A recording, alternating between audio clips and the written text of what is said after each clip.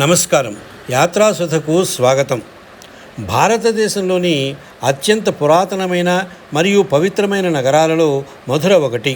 యమునా నదీ తీరాన వెలసిన ఈ క్షేత్రం సాక్షాత్తు శ్రీకృష్ణ పరమాత్మ జన్మస్థలం. ద్వాపర యుగంలో కంసుడి కారాగారంలో దేవకీ వసుదేవులకు అష్టమ సంతానంగా కృష్ణుడు జన్మించిన ప్రదేశమే నేటి శ్రీకృష్ణ జన్మస్థాన్. ఇక్కడికి వచ్చే భక్తులు ఆ పురాతన కారాగార గదిని దర్శించుకున్నప్పుడు ఒక తెలియని భక్తి పారవస్యానికి లోనవుతారు. చరిత్రలో ఎన్నో దాడులను తట్టుకొని నేడు అత్యంత వైభవంగా వెలుగొందుతున్న ఈ ఆలయ సముదాయం ఆధ్యాత్మిక శక్తికి నిలయంగా మారింది. మధుర నుండి కొద్ది దూరంలోనే కృష్ణయ్య బాల్యలీలలకు వేదికైన బృందావనం కొలువై ఉంది. ఒకప్పుడు దట్టమైన తులసీవనంగా ఉన్న ఈ ప్రదేశం నేడు వేల సంఖ్యలో ఆలయాలతో భక్తులను కట్టిపడేస్తోంది. బృందావనంలో అడుగు పెట్టగానే మనకు వినిపించే మొదటి నామం రాధే రాధే. ఇక్కడి బంకే బిహారీ ఆలయం అత్యంత ప్రసిద్ధమైంది. ఇక్కడ స్వామివారికి పదే పదే తెరలు వేస్తూ తీస్తూ ఉండడం ఒక ప్రత్యేకమైన ఆచారం.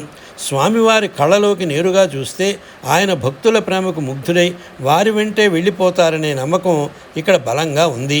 బృందావనంలోని అత్యంత రహస్యమైన ప్రదేశం నిధివనం. దీని గురించి ఎంత చెప్పినా తక్కువే. ఇక్కడి చెట్లు చాలా వింతగా నేలవైపు వంగి ఒకదానితో ఒకటి అల్లుకొని ఉంటాయి. రాత్రివేళ ఇక్కడ సాక్షాత్తు శ్రీకృష్ణుడు రాధాదేవి మరియు గోపికలతో కలిసి రాసలీలలు చేస్తారని భక్తులు నమ్ముతారు. ఆశ్చర్యకరమైన విషయం ఏమిటంటే సాయంత్రం 7 గంటల తర్వాత ఈ అడవిలో మనుషులు మాత్రమే కాదు, పక్షులు కూడా ఉండవు. ప్రతిరోజు రాత్రి పూజారులు అక్కడ పడకను సిద్ధం చేసి పళ్ళు తాంబూలం ఉంచుతారు. మరుసటి రోజు ఉదయం చూసేసరికి అవి ఎవరో వాడినట్లుగా ఉండడం ఇప్పటికీ ఒక అంతు చిక్కని రహస్యంగానే మిగిలిపోయింది.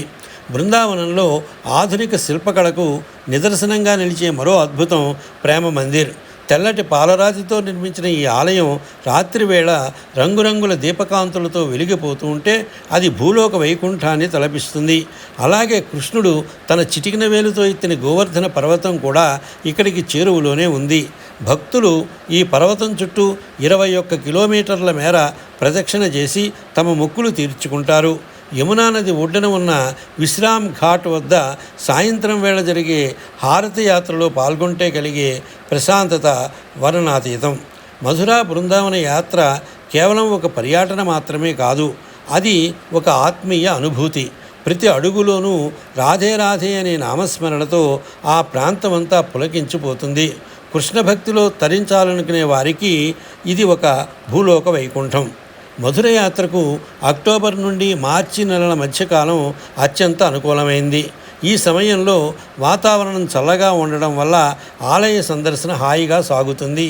ఒకవేళ మీరు శ్రీకృష్ణ జన్మాష్టమి లేదా హోలీ సంబరాలను చూడాలనుకుంటే ఆయా సమయాల్లో వెళ్ళవచ్చు. కానీ భక్తుల రద్దీ విపరీతంగా ఉంటుందని గమనించాలి. ప్రయాణ విషయానికి వస్తే ఢిల్లీ లేదా ఆగ్రా నుండి రైలు లేదా రోడ్డు మార్గాల ద్వారా మధురను సులభంగా చేరుకోవచ్చు. మధుర జంక్షన్ దేశంలోని ప్రధాన నగరాలతో అనుసంధానించబడి ఉంది. విమానంలో ప్రయాణించేవారు ఢిల్లీ విమానాశ్రయంలో దిగి అక్కడ నుండి ట్యాక్సీ లేదా బస్సులో 3 గంటల్లో చేరుకోవచ్చు. వసతి కోసం మధుర కంటే బృందావనంలో ఉండడం ఉత్తమం. ఇక్కడ ఇస్కాన్ వంటి సంస్థల గెస్ట్ హౌస్లతో పాటు అనేక ధర్మశాలలు మరియు హోటళ్లు అందుబాటులో ఉన్నాయి. బృందావనంలో ఉంటే తెల్లవారుజామున జరిగే మంగళహారతి వంటి సేవలకు వెళ్ళడం సులభం అవుతుంది. ఇక స్థానిక రవాణా విషయానికి వస్తే మధుర మరియు బృందావనం వీధులు చాలా ఇరుకుగా ఉంటాయి. కాబట్టి పెద్ద వాహనాల కంటే ఈ రిక్షాలు మరియు ఆటోలు చాలా సౌకర్యవంతంగా ఉంటాయి. ఇవి తక్కువ ధరలోనే దొరుకుతాయి మరియు మిమ్మల్ని ఆలయ ద్వారాల వరకు తీసుకువెళతాయి. మీ యాత్రను 3 రోజులుగా విభజించుకుంటే అన్ని క్షేత్రాలను ప్రశాంతంగా దర్శించుకోవచ్చు.